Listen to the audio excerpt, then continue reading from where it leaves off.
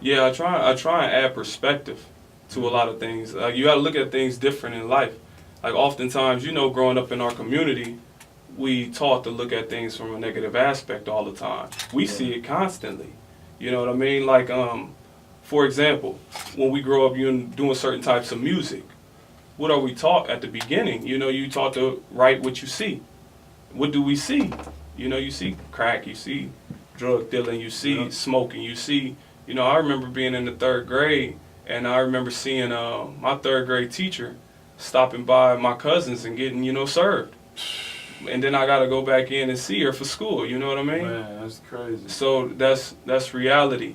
Yeah, And it definitely is reality. That's the reason why I wanted to come up with this book, because all this touring, and like I said, I won a Humanitarian award, but all this touring and talking at schools and mentoring and all these things for a long period of time, I got a chance to understand the best steps to truly help people. And it always, like I said, it's like perspective, and I want to add perspective and righteousness to people. Like recently, like if you ever looked at certain job professions, now you can't knock nobody for the way they get their bread. No, You got to feed your family. But if you look at something like even a repossession company, have you realized, the only way he make money is taking somebody else's money taking somebody else's property when they down on their luck. It doesn't matter. It doesn't matter what you going through. He ain't trying to hear it because he got to feed his family. No, it's true. You know what I mean? And that's real. But I want people to understand who they are, so you won't participate in things that you know is detrimental to society. Taking somebody's stuff ain't right, but you got to feed your family. Yeah. You have to help yourself first. It's self-preservation by law. Like you can't help me if you cannot help yourself. You can't love someone else until you love yourself. It all starts, that's what the word of inside out come from. It starts inside, then out. You have to start with yourself. But oftentimes it's a selfish way of thinking that we all got. It's a self-preservation. I remember even starting with like my music, when I was out there doing music. And I remember going to my grandmother's house to play my music, and I was embarrassed because I was talking about, what I was doing to women or guns, and I wasn't even in the streets like that. It was my cousins. I was lying. I was doing a lot of different things that I shouldn't have been doing, but I was embarrassed to play it in front of my grandma. But why is the question? And because it's a woman that I respect. Yeah. You get what I mean? So why? But I'll still play the record for this woman down the street that I'm trying to, hit. So why is that like that? Why am I willing to hold my grandma to such high regards because she's a woman, but disrespect every other woman? Yeah, that's definitely not 100.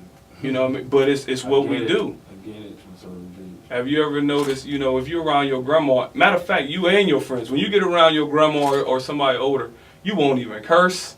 You know what I mean? You'll carry the groceries, you'll do whatever. But if we get around another woman, it's not the same mindset whatsoever. And I think that's detrimental. It's like a cycle.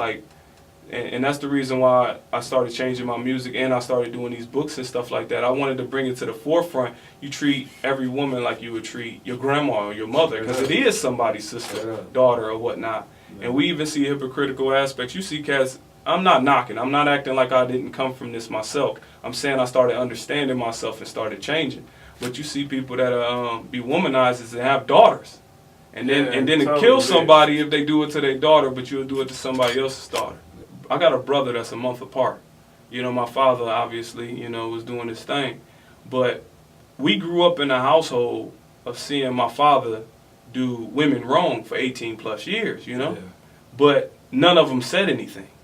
So if you growing up in a household and you seeing women being treated wrong year after year after year after year, but they never tell you, okay, this is how you should treat a woman. This is what you should do. What are we supposed to believe? That's the reason why I put out this book like this. This book is only 40 to 50 pages. Yeah. It's a quick read. And it's steps that can truly help people. It's even starting with things like meditation or prayer, whatever somebody want to call it, is sitting in silence. Yeah. That's the reason why you come up with a lot of your best thoughts, driving in the car, getting in the shower, sitting in the sauna, because you had time to reflect with yourself. Yeah, usually it's so much noise. Like it was times I can't even front to you, bro. I wake up and check Instagram before I said a prayer. Man. I was just talking to a friend about being back at home, and it was an artist that grew up in our area that ended up taking off. And he was talking about the people putting themselves around him just for handouts. They're not analyzing the real situation. Like we know, you from the streets, you look at how fist fights work out. You look at how beef work out. And we know there's a few things that happen behind beef. Either we can do something and it gets washed, right? I can do something to you, put you in the hospital. You can do something, put me in the hospital. Or we both can get killed out of the circumstance. But what happens when you're fighting for somebody that's not willing to take accountability for any of those things? Like if I get put in the hospital, they're not willing to help me with a hospital bill.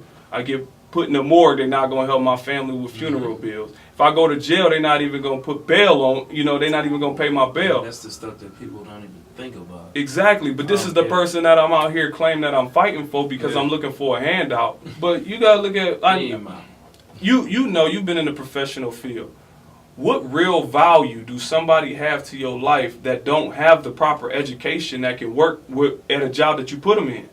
You know what I mean? Like, so if I bring my cousin that grew up in the projects and he don't have proper education, what can he do besides get violent when that situation occurs? That's the only way he can show I'm down. You get what I mean? There's no other thing he can do. He can't book me for a show. He can't produce a beat. He can't rap, he can't ad-lib, he can't even manage finance a checkbook. So the only way he can show his commitment, I'm down with Cyrus, is to split somebody to get out of line. And I'm supposed to keep you on a $50,000, $60,000 retainer. You get what I mean? Because that's the way they're trying to look for a handout. That's like you just said. And then what happens?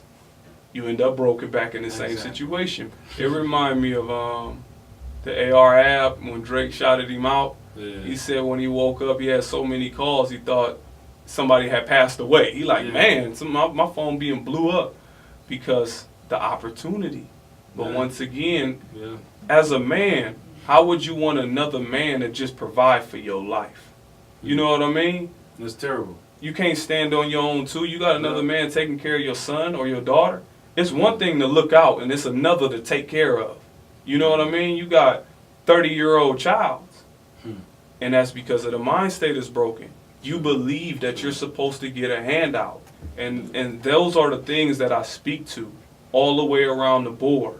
And trying to give people the proper knowledge to live a better life and be more righteous or whatnot. As a man and a woman, you have to identify with the same goals and work to get there together. If not, people are going to revert back to what they know. Because as creatures of habit, we follow the path of least resistance. You know what I mean? So least resistant was your girl being able to sleep on the couch or chill out while you go make every move. And when you come home, she ain't making the environment more comfortable for you. At least you should be wanting to rush to get home because everything is put together right. People are being hurt so often that they keep up a guard and try and play a game. You know what I mean? Like I've met women that say, yeah, I just won't call no guy. He got to, 100% commit to me. He got to call me for us to speak. When you play those type of games, you don't realize that it's easier to play you. If the only time we talk is when I call you, I can set a schedule on you. You know what's funny? Like, people ask for a particular person, but don't want to embody what it takes to have that person. I asked one of the realest questions ever. I was just recently at a lounge, right? And there was a lot of women that was talking about what type of man they want. And it's the ideal man. He got money, he look good, he funny, he got, everything. But I asked the real question. I'm like, if you had a chance to date 3 men, right? And I'm like, the man is, you got Drake, you got Barack Obama, and you got Jesus. Now, who are you going to pick? Now, don't just respond immediately because, immediately everybody going to say Jesus. But if you're dealing with Jesus, realize you're going to be broke. You're going to be going around helping people. You living for the people. You're not going to have a Gucci bag. You know what I mean? None of that. Then you look at the next level. You look at a Barack. You realize how much education you're going to have to stay up with. You realize how much traveling. You realize the time. You realize the stress that you're going to deal with. Then you might get a Drake. It's going to be fun, it's going to be entertainment, but you're not going to get a real commitment. One thing I would like to stress, the importance of reading. I'm not going to act like I was just a scholarly reader when I was younger. but I had to understand the importance because it's like this. And I use the same example when I was talking to Yanni. It's like this. You look at your life, you know, Notch as the producer, and I'm like, I want you to create a book, and we're going to reduce it to 100 pages based on your life. You know what I mean? So you know what you're going to write about. You're going to write about the key things in your life that was really detrimental that can help the next person, right? That's what everybody writes about. So when you read this autobiography on Martin Luther King or Malcolm X or Nelson Mandela or whoever it may be, they're highlighting the points in their life in order to help you. So you got 50 years in somebody's life, 40 years in somebody's life, and those pages in 1,000 pages. It's something you can read in 6-7 hours or a day, 2 days, and you able to obtain that knowledge in a short amount of time. It took these men 40 plus years to get it. You know what I mean? How long has it took you to get to the level where you at producing? And I'm able to skip a lot of things. Like I might start off with a certain drum kit. You like, don't even do that. Man, simply because of the knowledge. Simply because of the knowledge, but that's the reason why I created a Wise Way company. As I said, we interview professionals and use their testimonies to help kids. The reason is we learn from the ignorance of who taught us. Like I said, you might grow up 18 years in one household. For example, my grandmother taught us how to eat. Yeah. What about her diabetes? You know what I mean? But she passing that down to give it to my mom to give to me. So now I'm learning how to eat under a diabetic structure. That doesn't even make sense. And if you don't know that you're actually living this, you don't know how to fix it. So now you believe that diabetes is hereditary. And it's not. Hereditary. It's about, even I was just talking to my mom recently, you know, and I've been telling her about pork. If you can start anywhere, at least eliminate pork out your diet. You got trichinosis and little worms that bury in your brain and all that other type of stuff. I mean, it's just horrible for your body. I've even told her about, you know, pork and all those different types of things. And I was like, you know, it said in the Bible. She's like, don't even tell me where it's at because I still want to eat it. You know what I mean?